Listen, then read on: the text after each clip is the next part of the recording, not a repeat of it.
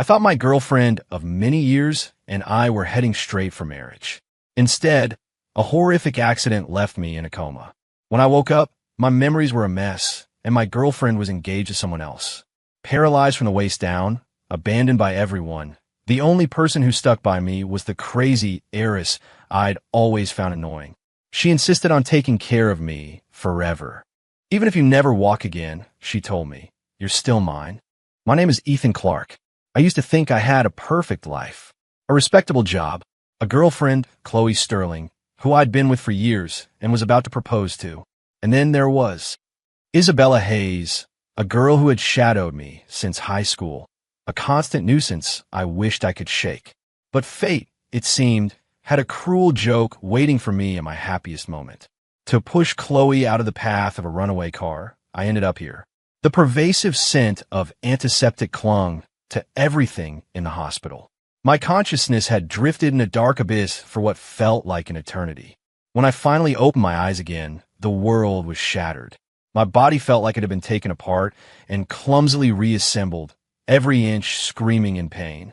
But my head throbbed even worse. It was as if countless fragments of memory were colliding violently in my mind. I remembered Chloe's terrified face the moment I pushed her. I remembered the blinding headlights and the sickening crunch of bone. But everything else, so many things were blurry, especially the story of me and us. Ethan, you're awake. A voice, brimming with surprise, echoed beside me. I painstakingly turned my stiff neck. It was Chloe, her face streaked with tears. Her eyes were red and swollen, a clear sign she'd been crying for days. My heart tightened instinctively. I wanted to comfort her, but I couldn't form coherent words. Don't move, don't talk. You've been unconscious for so long. The doctor said it's a miracle you woke up. She squeezed my hand, and her warm tears dripped onto my skin. I tried to force a reassuring smile, pulling at the corners of my mouth.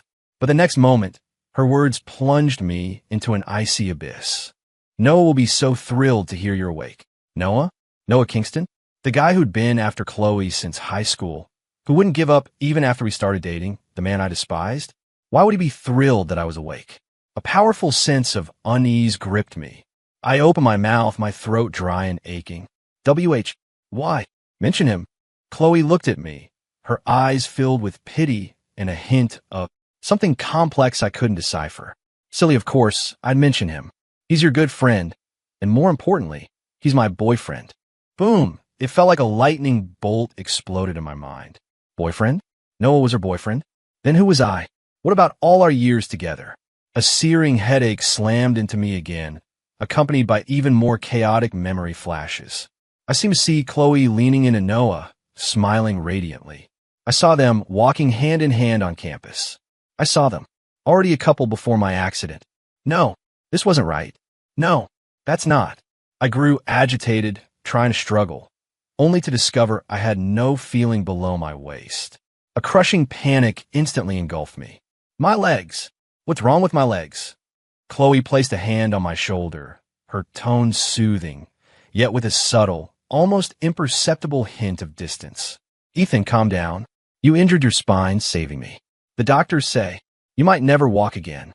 Her words were like a cold knife, precisely piercing my heart. I sacrificed myself to save her, and now I was crippled.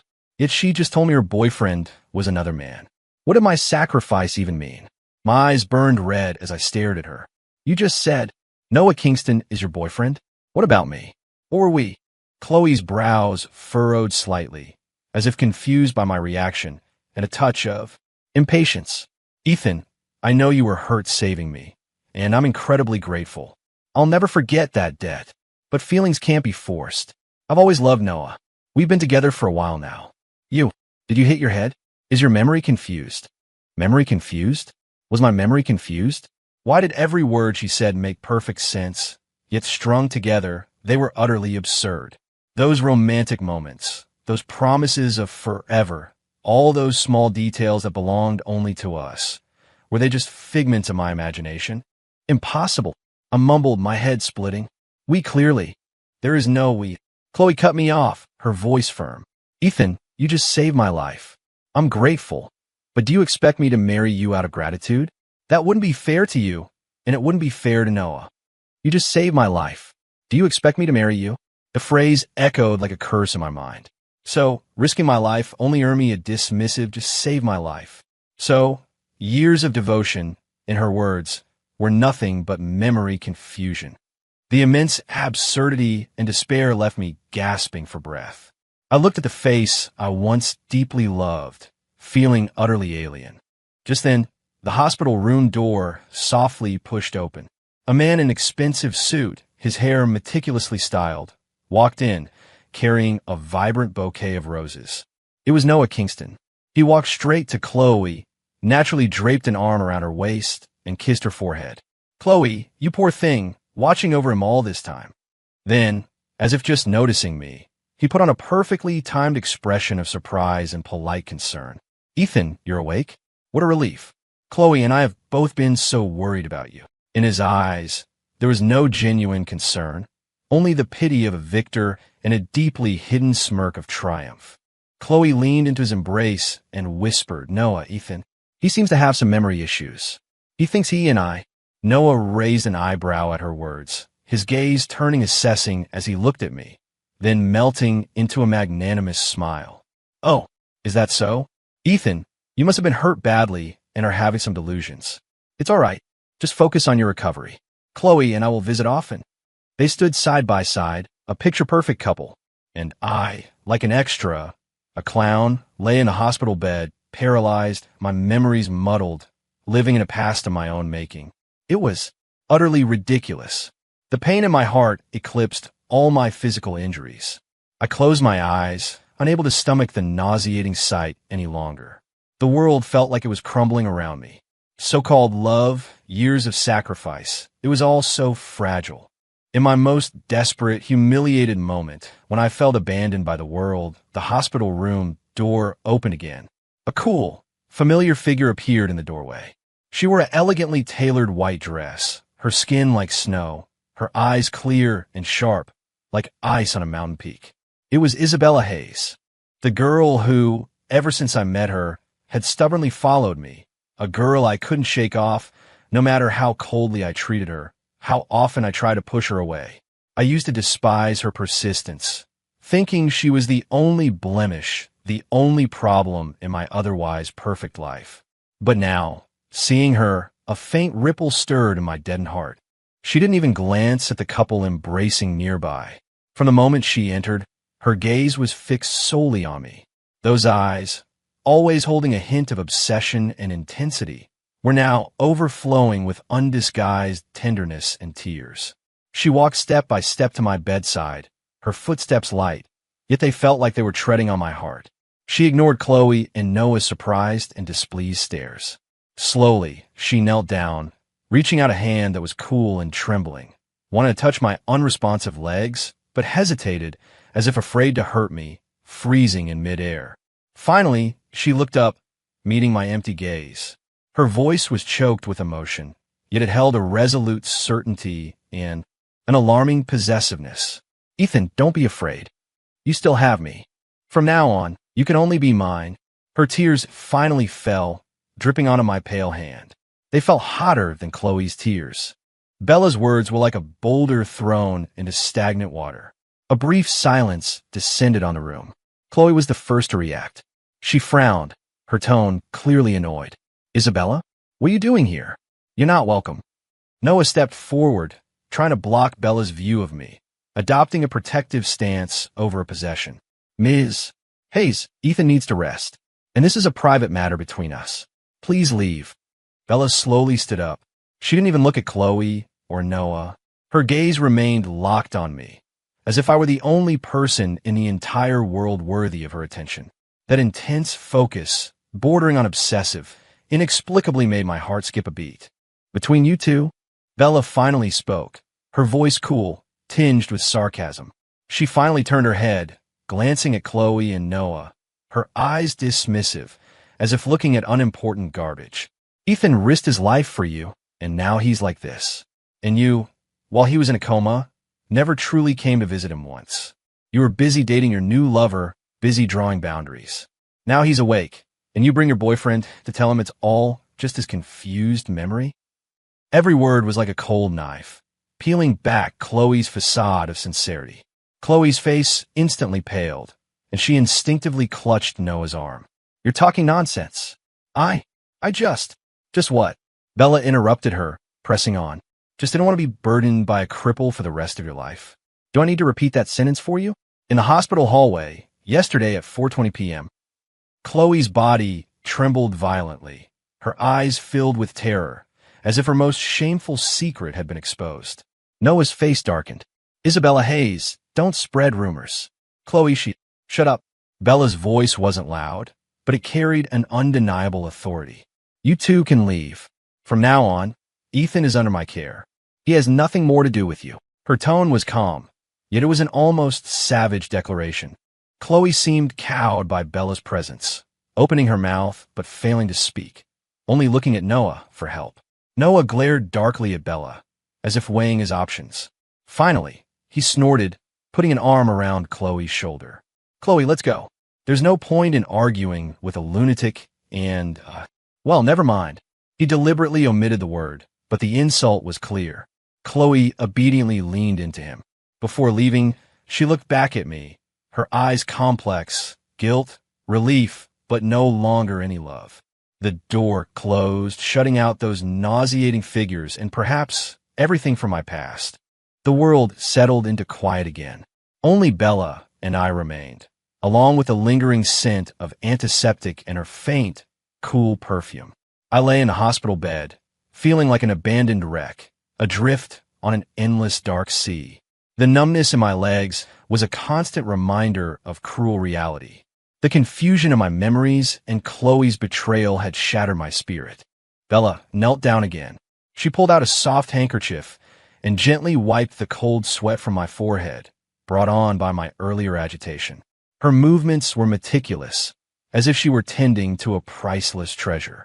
Ethan, she called my name softly, with a tenderness I'd never heard from her before. Close your eyes and rest if you're tired. I'll be here with you, always with you. I closed my eyes, fatigue washing over me like a tide. The dual trauma to my body and mind left me with almost no energy to think. Why her? Why, in my most vulnerable state, was the girl I'd always try to shake off the only one by my side. Her obsession, her intensity, once made me avoid her. But now it seemed to be the only driftwood I could cling to. I didn't know. My consciousness drifted back into a haze. Vaguely, I felt someone holding my hand. Her palm was cool, yet incredibly firm. When I woke again, the night was deep outside the window. Only a dim wall lamp was on in the room. Bella sat in the chair by the bed, her posture seemingly unchanged. Her head was slightly tilted, watching the city lights outside, her profile softened by the hazy light, losing the sharpness of daylight, gaining a touch of serenity. Hearing a stir, she immediately turned her head. Awake? Do you want some water? She rose, poured a glass of warm water, inserted a straw, and carefully offered it to my lips. I didn't refuse. The warm water soothed my dry throat, dispelling some of my weakness. You've been here all this time? My voice was still hoarse. Yes. She nodded gently, wiping the corner of my mouth with a tissue. I told you I'd stay with you. She paused, looking into my eyes, her tone undeniably serious. Ethan, forget them. You're not worth grieving over people like that. From now on, in your world, only I am enough. It was another one of her possessive declarations. In the past, I would have pushed her away in disgust.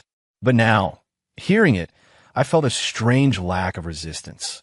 Perhaps because I had nothing left. Perhaps because her obsession, in this moment, had become a kind of only for me. Why? I couldn't help but ask. Why me? I knew Bella's family was prominent locally, and she was an adored heiress. She was beautiful, from a good family. She could have any man she wanted. Why was she so fixated on me, someone who once scorned her and was now a cripple? Bella's eyelashes fluttered slightly. She reached out, her fingertips carefully touching my brow bone, slowly tracing its contour, her movements holding an almost reverent fascination. No, why? Her voice was soft, yet it branded itself into my heart. From the first moment I saw you, I knew you could only be mine. No matter what you become, no matter where you are, I would find you and keep you by my side. Her gaze was so intense it felt like it would burn me. Within it churned an unyielding possessiveness and a deeply ingrained emotion I couldn't comprehend. I fell silent. Facing such an emotion, I didn't know how to respond. I wasn't even sure if this was salvation or another abyss for me. In the days that followed, Bella was almost inseparable from me at the hospital. She dismissed the nurses the hospital assigned, doing everything herself. She bathed me, massaged my unresponsive legs, fed me, and even handled my embarrassing physiological needs. She did all of this with a natural expression, without a hint of disgust or impatience. It was as if caring for me was the most natural thing in the world. And I, from initial stiffness and resistance, grew numb and then accustomed.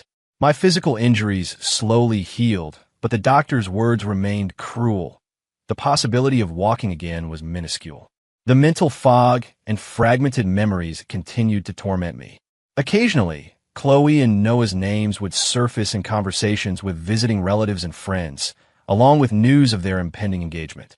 Each time I heard it, it was like a needle pricking at the already scarred corners of my heart. Whenever this happened, Bella would keenly sense my emotional shift.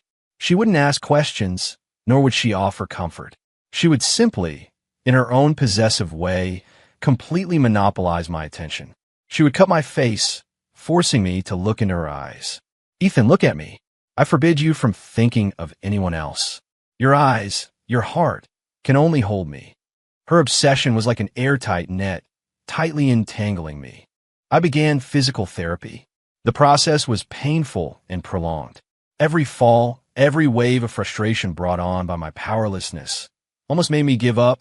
Bella was always by my side. When I fell, she wouldn't immediately help me up. Instead, she would look at me with that stubborn gaze. "Get up, Ethan. You can do it. I won't allow you to give up." Her voice carried a strange power, sustaining me as I struggled again and again, trying to use my arms to prop up my numb body. Sweat soaked my hospital gown. She would kneel, carefully wipe my face with a towel, then whisper in my ear, her tone a mix of seductive sweetness and a veiled threat. "Once you're better, we'll get married. You can't escape, Ethan. This life, next life, you're Isabella Hayes." I looked at her beautiful face, so close, at the sea of madness in her eyes meant only for me. Something in the depths of my heart seemed to be quietly loosening. Did I hate her? Perhaps. Hated her possessiveness, her uninvited presence, her treating me like a possession. But besides her, who did I have? The woman I once gave everything to was planning a grand engagement ceremony with another man. And this woman, whom I viewed as trouble, had, without hesitation, jumped into the mud with me when I fell, trying to pull me out in her obsessive way. One night, I was exhausted and sore from overdoing therapy, unable to sleep. Bella, as usual, sat by my bedside. Moonlight streamed through the window, casting a silver glow on her. She held my hand, humming a nameless tune under her breath. The melody felt familiar, but I couldn't place it. "Isabella," I murmured softly. She immediately stopped humming and looked at me. What if? What if I never walk again?" I asked, voicing my deepest fear. She was silent for a few seconds. Then, she leaned down, gently resting her forehead against mine. Her breath brushed my cheek, carrying her cool fragrance. In the dark, her eyes shone with an astonishing brightness. "Then you'll sit, and I'll push you. The places you can't go, I'll go for you. The sights you can't see, I'll describe to you. But no matter what, you must be by my side." Her voice was firm, without the slightest hesitation. At that moment, a string that had been tightly stretched in my heart snapped with a soft zing. A tiny crack appeared in the frozen lake of my heart. A strange, complex warmth quietly seeped in. I closed my eyes, and for the first time, I didn't resist the warmth she offered. Perhaps this was my fate, to be loved by a madwoman, and then to fall with her. Bella's declaration was like a shackle, a warm, yet sturdy shackle. I began to get used to her presence, used to her meticulous care, used to her obsessive, possessive gaze, used to her whispering the most fervent declarations of love in her cool voice. Physical therapy remained agonizing. Every attempt to move parts of my body that didn't feel like my own was accompanied by frustration and despair. Sweat often blurred my vision.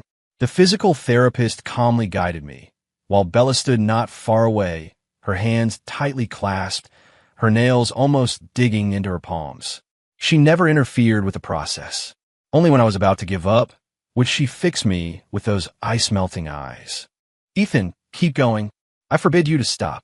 Her voice wasn't loud, but it was like a whip lashing at my breaking nerves. I didn't know why I listened to her. Perhaps because, in this abandoned ruin, she was the only one who still demanded something of me. She demanded that I live, demanded that I struggle, demanded that I belong to her. That afternoon, only the two of us were left in the rehab room. I slid off the parallel bars again, my knee hitting the floor with a dull thud. Sharp pain shot through me, but the humiliation of powerlessness hurt even more. I lay on the cold floor, gasping for air, letting sweat drip, unable to even lift my arms. A shadow fell over me. Bella knelt in front of me. She didn't immediately help me up.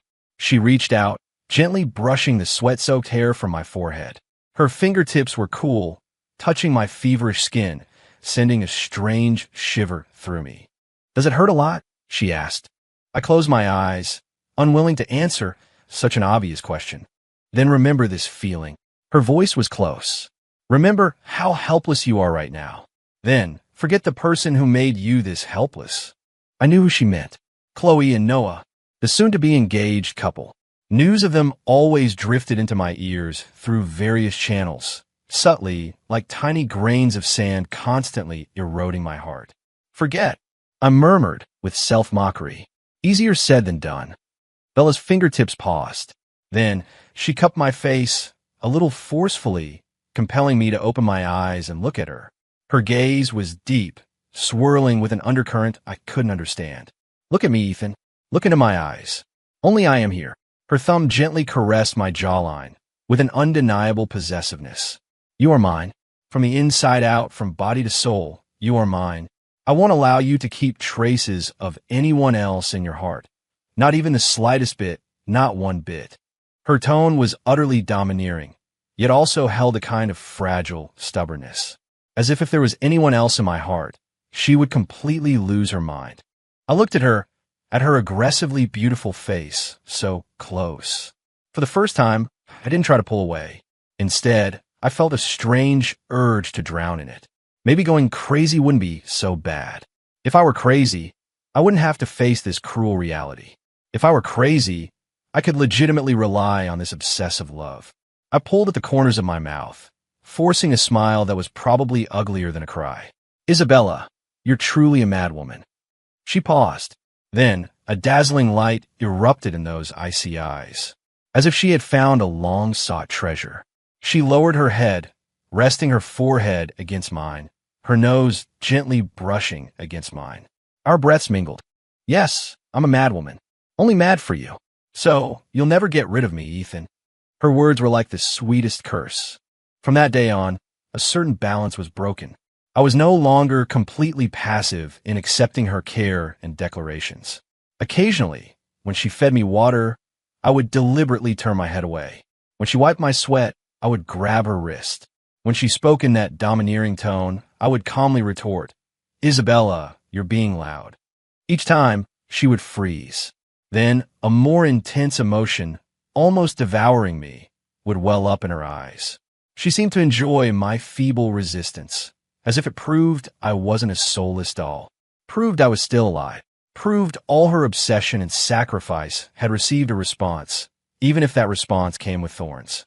One day, she pushed my wheelchair to the small garden downstairs of the hospital for some fresh air. The sunlight was pleasant, warm on my skin. She knelt in front of me, carefully adjusting the thin blanket over my legs. Sunlight filtered through the leaves, casting dappled patterns on her fair face. In that moment, she looked unusually gentle, less sharp than usual. "Isabella," I suddenly spoke. She looked up, her gaze focused. Did you often follow me before?" I asked the question that had been in my heart for a long time. My memories of her were also chaotic, but some blurry fragments seemed to be resurfacing. Her in her school uniform, always silently trailing behind me, keeping a consistent distance. By the basketball court, standing alone, her eyes always following me. In the library, sitting in a corner opposite me, pretending to read, but secretly glancing my way. Those scenes I had ignored, even resented, now became clear. Bella's eyelashes fluttered slightly.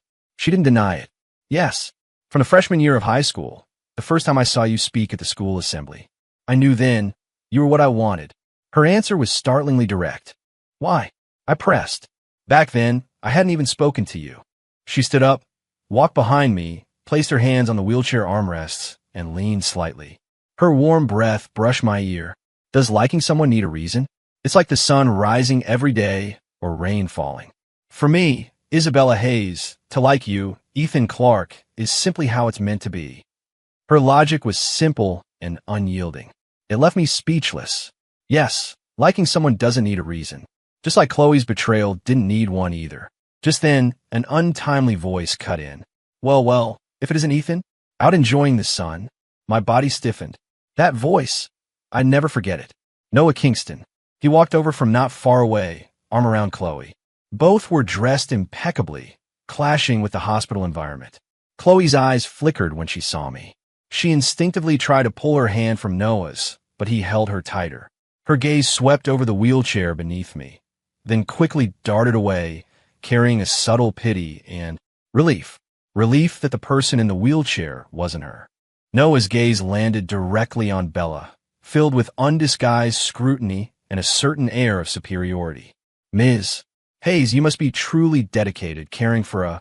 He didn't finish the sentence, but that he was laden with insult. Bella straightened up, her face instantly covered in a frosty expression. She didn't look at Noah. Instead, she gently placed her hand on my shoulder, a silent declaration of ownership and support. Then, her gaze coldly swept over the couple. You two seem to have a lot of free time. Did you run out of engagement invitations to send, so you're wandering around looking for attention? Her tone was flat, yet as sharp as a knife. Chloe's face instantly flushed. You? Me what? Bella pushed my wheelchair forward a step. Although she was shorter, her presence completely overshadowed the standing couple. Her gaze fixed on Noah. Noah Kingston, if you're incompetent and can't keep a project, whose fault is that? As for the loan, she gave a light laugh. The bank decided your family's business was too risky to lend to. How does that concern me? Don't pretend to be innocent. Noah gritted his teeth. If you weren't pressuring them behind the scenes, how could? Evidence. Bella cut him off, her eyes suddenly turning cold. No evidence. Yet you're slandering and defaming me here? I could sue you both. Her tone was understated, yet full of menace. Noah and Chloe were instantly speechless, their faces a mix of green and white. They clearly had no concrete evidence. Bella wouldn't leave such obvious leverage. I watched the farce, feeling a profound indifference. It even felt a little ridiculous. The two who were once so condescending, showering me with pity, were now so flustered. Truly, what goes around comes around. Ethan, Chloe suddenly turned her anger on me, her eyes filled with resentment. Are you just going to watch this woman run wild? Noah was at least your friend. How can you be so heartless? I looked at her, feeling only immense absurdity. Friend? A friend who, when I was paralyzed and my memory confused, brought my girlfriend to tell me the truth? A friend who mocked me when I needed help the most? I pulled at the corner of my mouth, forcing a smile devoid of warmth. Ms. Sterling, I think you're mistaken. First, Noah Kingston and I were never friends. Second, my gaze swept over both of them, my voice flat. Your affairs are none of my concern. Third, whatever Isabella Hayes does is her business. I paused, adding the last sentence. I support her in whatever she decides. The moment those words left my mouth, I felt Bella's hand on the back of my wheelchair tighten sharply. She looked down at me, her eyes brimming with surging, almost overflowing joy and emotion. Chloe and Noah, meanwhile, looked as if they'd been slapped hard, their faces utterly ghastly. Fine. Fine indeed. Noah nodded repeatedly, enraged, his eyes full of venom as he glared at us. Ethan, Isabella, you two just wait. Dropping that utterly impotent threat, he pulled a reluctant Chloe and left in a hurry. Silence returned to the garden. Only the rustling of leaves in the wind. Bella didn't move. She remained in her lowered posture, looking at me. I looked up, meeting her gaze.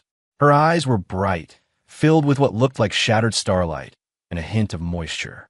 Ethan, she whispered my name, her voice tinged with emotion. You just said you support me? Yes, I affirmed. She knelt down, heedless of her clothes, and hugged my waist tightly, burying her face in my lap. I'm so happy. Ethan, I'm really so happy. Her shoulders trembled slightly. This time, it wasn't sorrow, but joy to the extreme. I raised my hand, hesitated for a moment, and finally rested it on her hair, gently stroking it. This gesture seemed to give her even more encouragement. She looked up, her eyes misty with tears, but her face was beaming with an unparalleled smile. I'll make everyone who hurt you pay. Everyone. Her tone was gentle, but the content was chilling. But I just quietly watched her. Watched this little madwoman, who was as happy as if she'd been given the world, just because of my single, not quite a defense, support. Something in the desolate wasteland of my heart seemed to be breaking through the soil. Perhaps I was going crazy too. To actually think that drowning in this obsessive love with her wouldn't be so bad. Get up, I said. The ground's cold. She shook her head vigorously, like a stubborn child, rubbing her face against my knee. No, I want to hug you a little longer. My Ethan, you're finally starting to care about me. Her voice was muffled, thick with a runny nose, yet filled with happiness. Sunlight filtered through the leaves, dancing in dappled patterns on her. I looked at her dependent posture, and for the first time, I didn't feel confined. Instead, I felt a strange sense of satisfaction at being needed. Perhaps this was the twisted yet firm bond between us. As summer deepened, the cicadas in the hospital garden grew louder, grating on my nerves. But my world, ironically, entered a strange tranquility. That fleeting, stinging sensation in my legs never returned. The spark of hope had been a brief flicker, quickly extinguished in the long, unchanging routine of therapy. The doctor's words echoed in my ears, reminding me of cruel reality. I grew somewhat silent. Bella keenly noticed my change. She no longer used those domineering words to push me, nor did she show much disappointment. She simply cared for me even more meticulously. Every day, she prepared nutritious meals with varied recipes.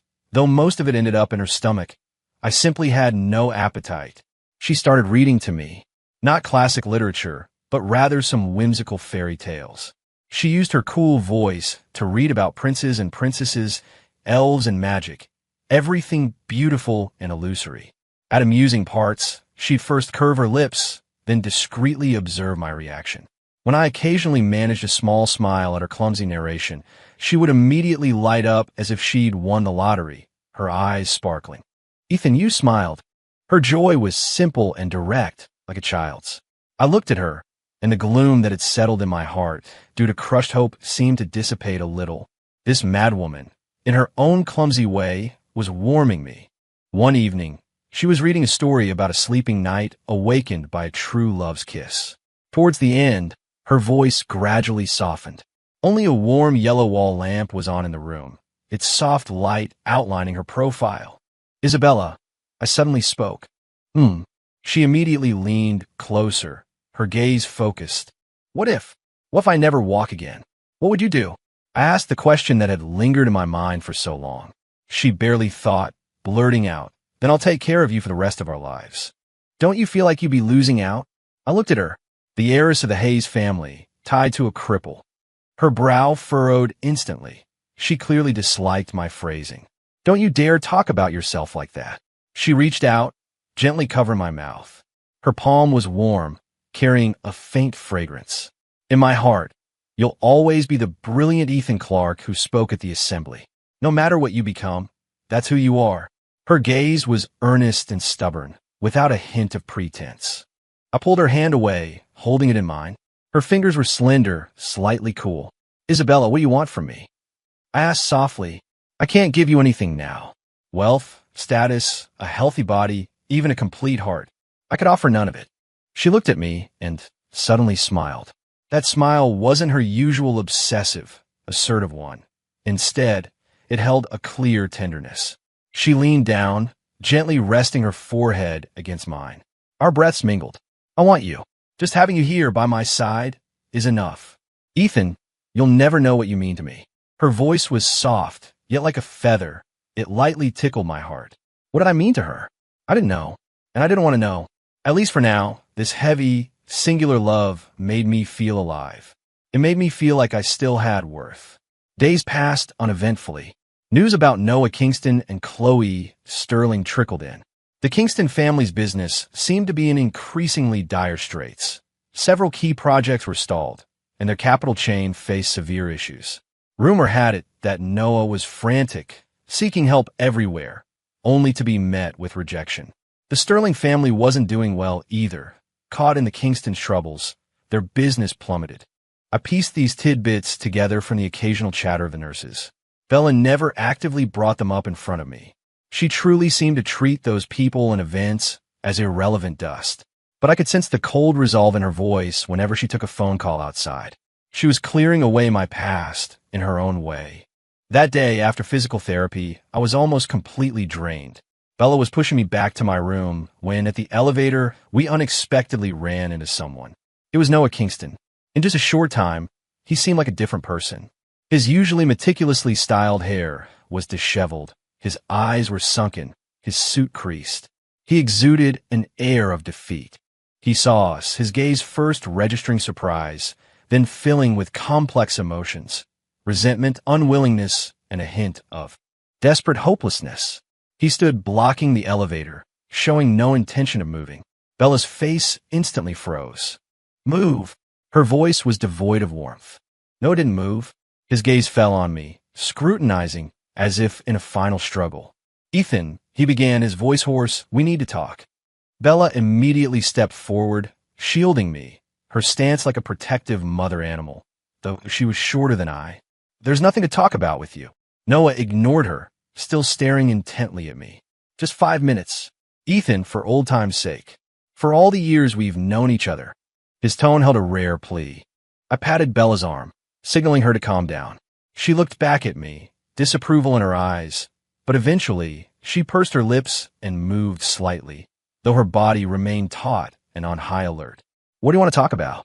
I asked Noah, my voice calm. Noah took a deep breath, as if steeling himself. Ethan, the past. I was wrong, and I apologize to you. His apology felt sudden and cheap. Ms. Hayes' actions against my family, I understand why. But could you please just let us off the hook? Let my family go.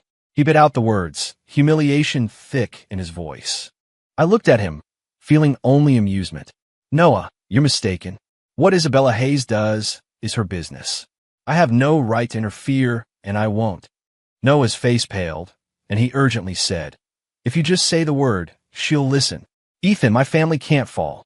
That's my father's life's work. What does that have to do with me? I retorted calmly. He froze, seemingly unprepared for my coldness. Ethan, are you truly so heartless? Do you really want to destroy us? The one destroying you has never been me, nor Isabella Hayes. My gaze was calm as it rested on his face. It's your own choices. Choices of betrayal, of ingratitude, of kicking someone when they're down. You reap what you sow. Noah's face turned from pale to green, the plea in his eyes gradually replaced by venom. Fine. Fine indeed. Reap what you sow.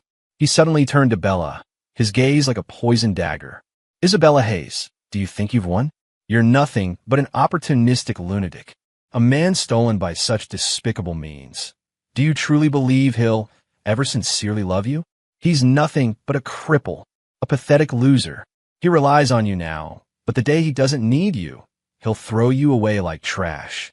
His words were malicious and sharp. Bella's body stiffened violently, her face instantly turning pale. I knew Noah's words had struck at her deepest insecurities and fears. She could love me unconditionally, could possessively declare I was hers. But she couldn't control my heart. She couldn't guarantee I would never leave. This was the most vulnerable link in all her obsession. I felt Bella's hand gripping my wheelchair tremble slightly. A sudden, unfamiliar anger surged from my heart. I could face their harm to me with indifference. But I couldn't tolerate them using such venomous words to attack this madwoman, the only one who hadn't abandoned me. I raised my hand and gently covered Bella's cold hand. Then I looked at Noah, my eyes sharp. Noah Kingston. My voice wasn't loud, but it carried an unprecedented pressure. Are you done talking? Noah was startled by my gaze, momentarily speechless. If you're done, get out. My tone was flat, yet it held an undeniable dismissive command. And remember this. Whether she's a madwoman or not, it's not for you to judge. As for whether I'm a cripple or if I'll throw her away. I paused, tightening my grip on Bella's hand, clearly enunciating the rest of my words. She's my woman. As long as she doesn't leave, I won't abandon her. The moment those words left my mouth, I felt Bella's hand tremble violently. She sharply turned her head, looking at me with disbelief. Her eyes filled with immense shock, then were overwhelmed by surging joy and tears. Noah was also stunned. He opened his mouth, as if to say something, but ultimately said nothing. He looked as if all the strength had been drained from him, stumbled back 2 steps, and cleared the elevator door. His face was a deathly gray, filled with despair. Bella didn't immediately push me into the elevator. She stood there, tightly clutching my hand, big tears streaming down her face, yet she was grinning like a fool. Ethan, you just said, I'm yours. Her voice was choked, filled with incredulous joy. I didn't answer, just squeeze her hand. Let's go back. I'm tired. She nodded vigorously, haphazardly wiping tears from her face with the back of her hand, and pushed me into the elevator. As the elevator doors closed, I caught a glimpse through the crack. Noah still stood there, lost and desolate, like a decaying statue. The elevator ascended slowly.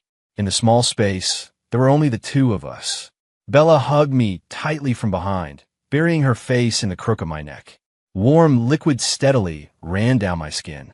Ethan, I'm so happy. Truly so happy. Even if you're lying to me right now, I'll accept it. Her voice was tearful, yet filled with a happy tremor. I closed my eyes, feeling the warmth of her body and her slight trembling. My heart was utterly calm. Was that impulsive, what I just said? Perhaps. But in that moment, I didn't regret it. This madwoman, unbeknownst to me, she had already occupied such an important place in my heart. The aftershocks of that she's my woman declaration lasted a long time. Bella seemed to be infused with boundless vitality, radiating a dazzling glow. When she cared for me, her lips always carried an irrepressible smile. Her humming became lighter. Her gaze towards me was even sweeter, like spun sugar, filled not just with obsession and possessiveness, but also a new, certain joy of being acknowledged. She no longer needed to constantly verbally confirm my belonging, as she had before. It was as if my words were the strongest amulet, smoothing away all her insecurities. My life didn't seem to change much. I was still confined to the wheelchair, still undergoing seemingly futile physical therapy. But my state of mind had quietly shifted. That barren wasteland of a heart, because of one person's stubborn irrigation, had actually sprouted a little green. I began to actively cooperate with every instruction from the doctors, trying to feel my legs, even if the only response was still a deathly numbness. Bella no longer just stood by, encouraging me with her eyes. When I was drenched in sweat from exhaustion, she would kneel down and meticulously wipe me with a towel. Then she would look up, flashing a pure, unclouded smile. My Ethan is the best. Her trust, like warm spring water, enveloped me, dispelling the chill of defeat. Occasionally, I would try to use the strength of my arms to support my body, holding myself on the parallel bars a little longer.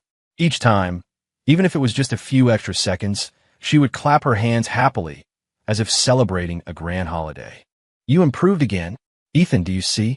You improved again. Her happiness was so simple, so contagious. It made me, too, feel that perhaps there really was hope. News of Noah Kingston and Chloe Sterling gradually faded entirely. It was as if those 2 people had never appeared in my life. I knew this was Bella's doing. In her own way, she had cleared the battlefield for me, burying the ugly past completely. I welcomed the peace. One day, after Bella took a call, her expression seemed a little hesitant. She came over to me, knelt down, and, as usual, held my hand. Ethan, there's a family matter I need to go back and take care of. Her tone was tentative as she watched my reaction. It might require me to leave for a day or 2. I paused. For so long, she had been almost constantly by my side. The sudden mention of her leaving left an inexplicable emptiness inside me. But I didn't show it, just nodded. Okay, you go. She seemed a little disappointed by my calm, pursed her lips. I'll be back as soon as possible. 2 days at most? No, 1 day. I'll be back in 1 day, she promised anxiously. No need to rush. Take care of your business, I said. She didn't say anything else, just stood up and began giving detailed instructions to the nurse's aide on duty. From my dietary preferences to therapy times to how many times I might wake up at night, every detail was covered. The aide, somewhat flustered by her thoroughness, nodded repeatedly.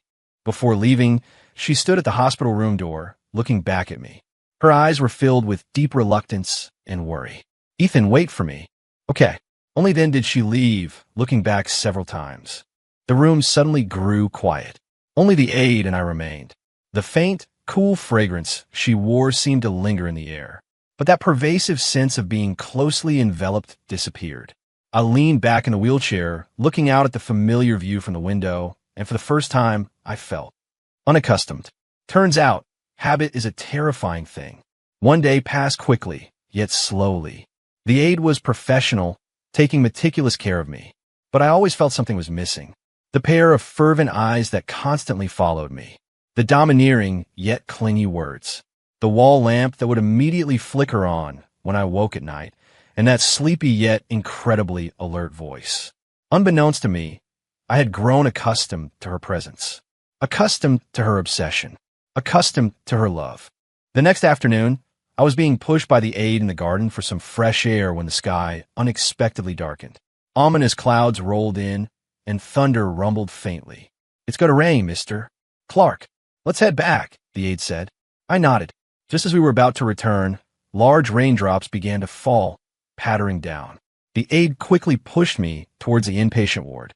The rain was heavy, and though the distance wasn't far, by the time we reached the hallway, my pant legs and wheelchair were somewhat wet. The aide hurried off to find a dry towel. I sat alone in the wheelchair, watching the torrential rain outside the hallway, feeling inexplicably annoyed. She had said she would be back today. With such heavy rain, would the roads be unsafe? The thought had barely formed when I paused, surprised by myself. When did I start worrying about her? Just then, a hurried footsteps echoed from the end of the hallway, accompanied by a slight gasp. I looked up. A slender figure was rapidly running towards us. It was Bella. She was completely drenched, her hair plastered to her cheeks and neck, her expensive dress clinging tightly to her body, outlining her slender figure, still dripping water. She ran quickly, obvious anxiety on her face. The moment she saw me, her eyes lit up fiercely, as if she had finally found a lost treasure. She almost sprinted to me, ignoring her soaked state, and knelt down, hugging me tightly. Her cold, rain-soaked body pressed against me, making me shiver. Ethan, I'm back. Her voice was breathless from running, yet filled with a relieved joy. I'm sorry. I ran into heavy rain on the way and was delayed a bit. You must have been worried, right? She looked up, her wet face, eyes shining astonishingly, filled with undisguised longing and concern. I looked at her disheveled appearance, and the irritation in my heart was instantly replaced by an unfamiliar emotion. A little tender, a little soft. Why are you so drenched? Couldn't you have waited for the rain to lessen before coming back? My tone carried a hint of reproach I hadn't even noticed myself. She shook her head vigorously, sending water droplets from her hair onto my face. No, I said I'd be back today. I was afraid you'd be waiting for me. As she spoke, she touched my slightly damp pant leg, her brows immediately furrowing. Why are you wet too? Are you cold? Let's go back to the room quickly and change. She immediately stood up, forgetting herself, and pushed the wheelchair towards my room. The aide, returning with a towel, had it naturally taken from her by Bella. Back in the room, she first busied herself drying my hair, changing me into a clean hospital gown, and then carefully checked if I had caught a cold, completely forgetting that she herself was still like a drowned rat. You should go dry yourself first. I couldn't help but say. Only then did she belatedly look at her soaked state, giving an embarrassed smile. Oh, okay. She grabbed some clean clothes and went into the room's private bathroom. Soon, the sound of running water came from inside. I sat in the wheelchair, watching the blurry figure behind the frosted bathroom glass, listening to the water, and the empty space in my heart seemed to be filled by something. Turns out, being so worried about by someone isn't so bad. She came out shortly, wearing simple loungewear, her hair still damp and draped over her shoulders, her face flushed from the hot steam. She looked less sharp than usual, more domestically soft. She walked over to me, naturally knelt down, rested her chin on my knees, and looked up at me. "Ethan, while I was away, did you miss me?" Her eyes were like rain-washed stars, clear and expectant. I didn't answer, just reached out and gently ran my fingers through her damp long hair. Her body stiffened slightly. Then, like a cat being stroked, she comfortably narrowed her eyes, actively rubbing her face against my fingertips. "Even though you didn't say it, I know you definitely missed me." She answered her own question, her tone certain and sweet. Outside the window, the heavy rain still poured. In the hospital room, however, it was warm and peaceful. I looked at her dependent posture, feeling the softness of her hair against my fingertips. For the first time, I clearly realized this crazy woman named Isabella Hayes at some point had become the only color in my black and white world. Perhaps I had already become inseparable from her. The rain passed and the sky cleared. The world outside the window was washed clean and bright. Sunlight once again bathed the earth, carrying the fresh scent of soil and green grass. Bella, like a contented cat, clung to my side, almost never leaving. She seemed to view that brief separation as an adventure, becoming even more clingy upon her return. My own mindset had subtly changed as well. I no longer passively accepted her kindness. I began to actively care for her. "Your hair needs to be dry, or you'll get a headache," I said when I saw her about to come read to me with wet hair. She paused. Then her eyes widened with surprise, and she obediently went to find the hairdryer, humming an off-key tune. The hairdryer buzzed. She sat in a chair nearby, clumsily drying her own hair, a few strands rebelliously sticking up, making her look rather childish. I held out my hand to her. "Give it to me." She blinked in confusion, but handed me the hairdryer. I motioned for her to turn around, then clumsily ran my fingers through her long hair, slowly drying it with warm air. Her hair was soft, carrying the same cool fragrance as her. I could feel her body stiffen slightly the moment my fingertips touched her scalp, then slowly relax, even leaning back a bit, like a cat enjoying a good grooming.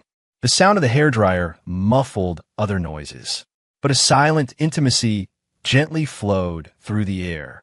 Once her hair was dry, she turned around, her eyes sparkling, her cheeks flushed. "Ethan, you're so good to me." She pounced, hugging my waist, burying her face in my chest, and said muffledly, I had only done a trivial thing.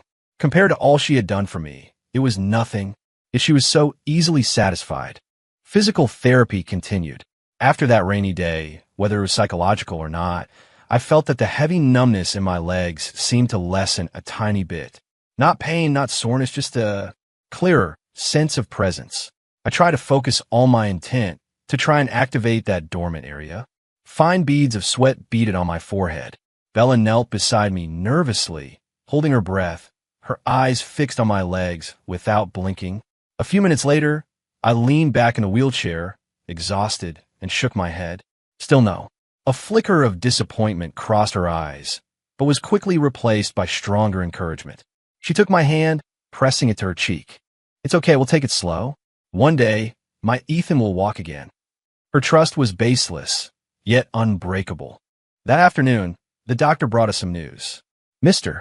Clark, our hospital recently partnered with a top rehabilitation center abroad. They have a relatively new nerve stimulation therapy. While we can't guarantee results, it might be worth trying. The doctor handed over a folder of information. However, the cost will be quite high, and it requires immense perseverance and patience from both the patient and family. Bella took the folder without hesitation. Do it. We'll do it. As long as there's a sliver of hope, we have to try. She looked at me, her eyes seeking my consent, but more importantly, showing an undeniable determination. I looked at the fire burning in her eyes and nodded. Okay, whatever the outcome, at least we would have tried together. Arranging the necessary procedures took some time. Bella became busy, contacting the overseas institution and preparing all sorts of documents. But she still insisted on personally caring for me, only occasionally needing to leave the hospital to handle matters. When she was away, I would use my wheelchair to move slowly around the room or look out the window. In my heart, a faint hope even began to bloom. Hope that the new therapy could bring a miracle. Hope that I could stand up and walk to her side. That day, I was alone in my room, trying to use the strength of my arms to move myself from the wheelchair to the bed. It was an extremely difficult process, requiring all my muscles, especially core strength. I gritted my teeth, my arms trembling slightly from the effort, veins bulging on my forehead. Little by little, I moved with great difficulty. Just as I was about to successfully sit on the edge of the bed, my arms suddenly weakened and my body uncontrollably toppled sideways. Just as I was about to fall to the floor, a pair of arms reached out from the side, steadily catching me. It was Bella. I didn't know when she had returned. Her face was pale, and her eyes were filled with lingering fear. "Why are you moving around by yourself? It's so dangerous." Her voice carried blame, but more so worry. She carefully helped me sit upright against the edge of the bed, then knelt down to check if I was uncomfortable anywhere. "I'm fine," I said, my breathing still a little uneven. She looked up at me, her eyes suddenly red. "Ethan, do you know I almost died of fright just now? What if you had fallen and gotten hurt?" Her tears fell without warning. I looked at her panicked expression, my heart softening. I reached out and wiped the tears from her face. "Don't cry. I'm fine, see?" She grabbed my hand, pressing it to her face, tears falling even harder. "Promise me you won't do such dangerous things again, okay? Whatever you want to do, tell me, and I'll help you. I can't bear the risk of losing you again." Her vulnerability was laid bare before me. This usually strong and assertive woman had such a soft, helpless side, and all of it was because of me. I looked at her tear-filled eyes, and the last bit of ice in my heart completely melted. "Okay, I promise you." Only then did she break into a smile, hugging me tightly. Then, as if remembering something, she pulled a velvet box from her bag. "Ethan, this is for you." She opened the box. Inside was a simple, elegant men's ring. "What's this?" I asked. Her cheeks flushed slightly, but her eyes were exceptionally firm. "An engagement ring. Once I've arranged your new treatment, we'll get engaged. Ethan, I want to officially take care of you for the rest of our lives." Her confession was always so direct, so impossible to refuse. I looked at the ring, sparkling with a warm luster under the light. My heart was a mix of emotions. Once, I had imagined proposing to another woman. Now, it was this woman, whom I once considered a nuisance, who was offering me a ring. Fate truly was ironic. "Isabella," I looked at her. "Are you sure about this? Tying yourself to someone who might never walk again?" She nodded vigorously, without the slightest hesitation. "I've thought it through. For many years ago, the first time I saw you, I thought it through. This life, I, Isabella Hayes, will marry no one but you, Ethan Clark." She took the ring, held my left hand, and carefully slid the ring onto my ring finger. The size was perfect. The cool touch pressed against my skin. She lowered her head and gently kissed my ring-adorned finger. Then she looked up, giving me a bright, tearful smile. "Now that you're wearing my ring, you're mine. This life, next life, you're not getting out of it." I looked at the ring on my finger, a symbol of promise. Then I looked at this woman, smiling like a little fool. The barren land in my heart, fallow for too long, finally saw spring arrive. I raised my hand and, for the first time, actively and gently caressed her cheek. Okay, one word, simple, yet heavy as 1,000 pounds. It represented my consent, my promise, my future. Bella frase. Then, immense joy overwhelmed her. She suddenly threw herself into my arms, hugging me tightly, crying and laughing at the same time. "Ethan, you agreed. You really agreed. I'm so happy. I'm truly so happy." I hugged her back, feeling her body tremble with joy. The ring on my finger felt like a gentle shackle. It bound me, and it bound her. Bella looked at my finger, the light in her eyes brighter than any diamond. She would constantly touch the ring, confirming its presence, then smile foolishly at me. "Ethan, you really said yes." She repeatedly confirmed, as if living in a dream. "Yes, I patiently responded each time. Her joy was so pure, it infected the stale air in the hospital room. The new rehabilitation plan was quickly finalized. Bella, efficient and decisive, arranged everything, including the overseas treatment details. She seemed even more confident than I was. The doctor abroad said, "They have similar successful cases. Ethan, you will get better." She squeezed my hand, her grip firm, transmitting her belief. I looked at her hopeful face and swallowed the words. The success rate is very low. Let her have hope. Let me too have hope. The day before we were to leave, Bella pushed me for one last stroll in the hospital garden. The setting sun cast long shadows of us. She knelt in front of me, adjusting the thin blanket on my knees. "We're leaving tomorrow. Are you nervous?" she asked, looking up at me. I shook my head. Wherever she was, seemed to be fine. She smiled, reaching out to gently touch the ring on my ring finger. "Once your treatment is over, we'll get married. I'm going to give you the grandest wedding." Her eyes were filled with anticipation for the future. I didn't speak, just interlaced my fingers with hers. A gentle breeze swept by, bringing the coolness of an early summer evening. She stood up, walked behind me, and slowly pushed my wheelchair forward. "Ethan, do you remember the first time we met?" I struggled to search through my muddled memories, only finding vague fragments. Her in her school uniform, silently following behind, her gaze persistent. "Not really," I said truthfully. She didn't mind, softly recounting. "It was the freshman year orientation assembly. You were speaking as the freshman representative. You were wearing a white shirt that day, standing in the sunlight, completely radiant. I thought then, this person must be mine." Her voice held the tenderness of memory. "Later, I always followed you. Wherever you went, I went. I know you thought I was annoying, a lunatic. But Ethan, I couldn't control myself. From the moment I saw you, I knew I was done for." I listened quietly, a faint ripple stirring in my heart. So, in the years I didn't know about, someone had loved me so profoundly. "I'm sorry," I said softly, "for my past aversion and the hurt I caused her." She stopped, knelt in front of me again, and shook her head.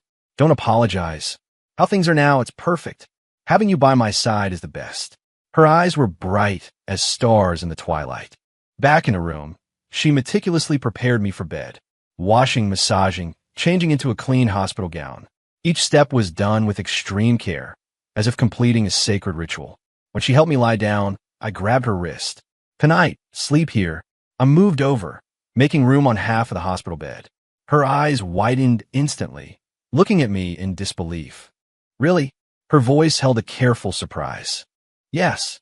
Given my permission, she immediately became like a happy little bird, quickly washing up, changing into pajamas, and carefully lying down beside me. The hospital bed wasn't wide. We lay very close. We could feel each other's body heat, hear each other's breathing. She lay stiffly, not daring to move. I turned my head, looking at her tense profile, and couldn't help but chuckle softly. "Relax. I won't bite." Only then did she relax a little, slowly turning to face me. In the dark, her eyes sparkled. "Ethan, can I hug you?" she whispered. I reached out and pulled her into my embrace. Her body stiffened at first, then softened, like a kitten finding its home, nestling comfortably against me. "This is so good." She sighed contentedly, burying her face in my chest. I inhaled the fresh scent of her hair, felt the warmth in my arms, and for the first time, thought that spending an entire lifetime like this wouldn't be so bad. Deep in the night, I vaguely felt an unusual sensation in my legs. Not pain, not numbness, but a very slight, almost imperceptible tremor, like a gentle current passing through. I snapped awake. Bella, in my arms, was sound asleep, her breathing even. I held my breath, focusing all my attention on my legs. The tremor continued, very faint, but definitely there. I tried with all my might to move my toes. Once, twice, thrice. Just as I was about to give up, I distinctly felt my right foot's toes move, ever so slightly. Though the movement was minuscule, almost negligible, it was unequivocally a voluntary action. Not a hallucination, not a muscle twitch. It was my own will that had made that long-dormant part respond. Immense joy instantly overwhelmed me. I trembled with excitement, wanting to wake Bella, yet fearing it was just false hope. I tried again. Focused, exerted force. Again, my toes moved slightly. This time it was clearer. My heart pounded so fast it felt like it would burst from my chest. My eyes welled up uncontrollably. Bella. I whispered her name, my voice trembling with excitement. She immediately woke up, looking at me with sleepy eyes. What's wrong? Did you have a nightmare? I shook my head, grabbing her hand and placing it on my right foot. Feel this. She looked at me confusedly, then held her breath, completely focused. I concentrated again, struggling to stimulate that sleeping muscle. Once, twice. Bella's eyes suddenly widened, looking at me with disbelief. Ethan, I feel it. Your toes are moving. They're really moving. Her voice was choked with tears that instantly spilled out. She jumped out of bed, turned on all the lights, and knelt by the bed, staring intently at my foot. Move them again. Ethan, please move them again for me to see. I looked at her excited face, my heart melting. I tried again. This time, not just my toes, but my entire foot slightly flexed inward. Though the movement was tiny and brief, for us, it was nothing short of a miracle. Bella covered her mouth, sobbing uncontrollably. This is amazing. Truly amazing. She threw herself onto me, hugging me tightly, cry like a child. I hugged her back just as tightly, feeling this hard-won hope. In this moment, all the persistence, all the pain, was worth it. The next day, we departed as planned. At the airport, Bella pushed me, her face always radiating a bright smile. As we went through security, she leaned down and whispered in my ear, Ethan, when you can stand up again, the first thing we're doing is going to the courthouse to get married. I looked at her expectant eyes and nodded. Okay. She smiled happily, as if she had received the most precious promise in the world. The plane soared into the sky. I looked out at the city, growing smaller below, feeling the warm embrace of the person beside me. The ring on my finger sparkled in the sunlight. I had stumbled and been bruised every step of the way. I had lost everything and fallen into an abyss. Yet there was a madwoman who, without hesitation, jumped down with me, lighting up the darkness with her obsessive love. Now, dawn was breaking. The future might still hold a long journey and many difficulties to face. But I knew I wasn't alone anymore. This crazy woman named Isabella Hayes would always be by my side, loving me, protecting me, in her unique way. Until forever.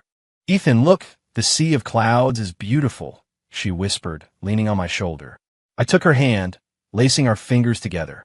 Yes, it's beautiful, just like our future.